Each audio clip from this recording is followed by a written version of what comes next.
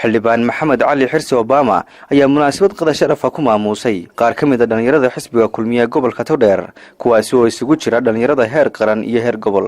Munaasabadan qada sharafta oo ka qabsoontay Hotel Palace ee magaalada Burco ayaa waxa ka soo qayb galay xubno ka socday gudida kaambeynka ee xisbiga kulmiye gobolka Togdheer, gudoomiyaha garabka dhalinyarada ee xisbiga kulmiye iyo mas'uuliyiin kale. Waxaana ugu horeyn halkaasi ka hadlay gudoomiyaha garabka dhalinyarada ee xisbiga kulmiye Abukar Carabi Leeye, madaxa xidhiidhka gobolada iyo degmooyinka dhalinyarada heer qaran ee xisbigaasi Mustafa Faarax Qalaab iyo xubno kale oo kamid ah dhalinyarada qada sharafta lagu maamuusay waxayna mahadnaq balaaran u soo jeediyeen xildhibaankan. aad baynu uga mahad celinaynaa xildhibaanku casuumadan iyo qaabilaada wanaagsan inoo sameeyay. ujeedada ugu muhiimsan waxa weeye waxa ogtihiin doorashadii wax yar bay naga haray 13ka November dee waxa inoo yaalaaba waa inaynu hawlaheena diyaarsano diyaar garowno si fudud u dhaqaaqno oo ugu diyaar garowno.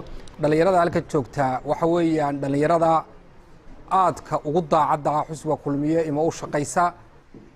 dhalinyaradani waxay ka kooban yihiin xisbiga kulmiye ee gobolka, waxa ku jirta dhalinyarada heer qaran oo anigu aan ku jiro, waxa kale oo ku jirta dhalinyarada forum ah oo in fara badan waxaanu rabnaa oo mar labaad iyo mar saddexaad baan rabnaa in insha Allah taala dhalinyarada dee si weyn loola shaqeeyo insha Allah taala. anigoo dhalinyarada oo dhan afkeeda ku hadlayo waxaanu ballan qaadaynaa inaanu idinla shaqeyno si hagar la'aan idinla shaqeyno iskiin garab taagi doono. xubno ka mid ah gudida kaambeynka xisbiga kulmiye gobolka Togdheer oo iyaguna goobtaasi ka hadlay ayaa hadallo isugu jira dardaaran iyo waana u soo jeediyay dhalinyaradan xildhibaanku qada sharafta ku maamuusay. yaanu garbaha iyagii noqonaysa ee kaashanayna waa dhalinyarada aad u horeysaan ee kow ka tihiin dhalinyarada maanta halkan fadhida. aqoon-yahankii baa tihiin, caqligii gobolkana waa tihiin, awooddii iyo quwaddii gobolkana waa tihiin.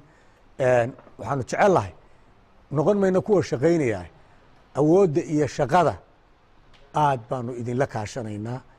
ugu dambeyntina xildhibaan Obama ayaa dhalinyarada uga mahadnaqay dadaalka ay ugu jiraan guusha xisbiga kulmiye isaguna hadallo gubaaba ah goobtaasi uga soo jeediyey. waxaan filayaa waxa waqtigii loo baahnaa cududiina dhalinyarada ama haween ha noqdeen ama dumar ha noqdeen waa waqti aynu muujin lahayn inaynu guul aad u baaxad weyn aynu gaadhnayn. dadka gaadhaya sameynayaan guusha xisbiga sameynayaan runtii waa idinka. shaqooyinkan sameynayna 142,000 oo cod ayaa idinka mas'uultiin. 142,000 oo cod ayaa xeeladeeda laydinka doonaya. 142,000 oo cod ayaa laydinka doonaya at least inaynu 100,000 burco ka keenno idinkoo la shaqayn doona odayaashan hareera fadhiya waan qabo iyaguna laftigoodu inay noqon doonaan guusha burco dadka hogaamin dalo ee subxaanahu wa ta'ala. Shaafici Maxamed Ibrahim, telefishinka caalamiga ee Somali Cable, magaalada Burco ee xarunta gobolka Togdheer.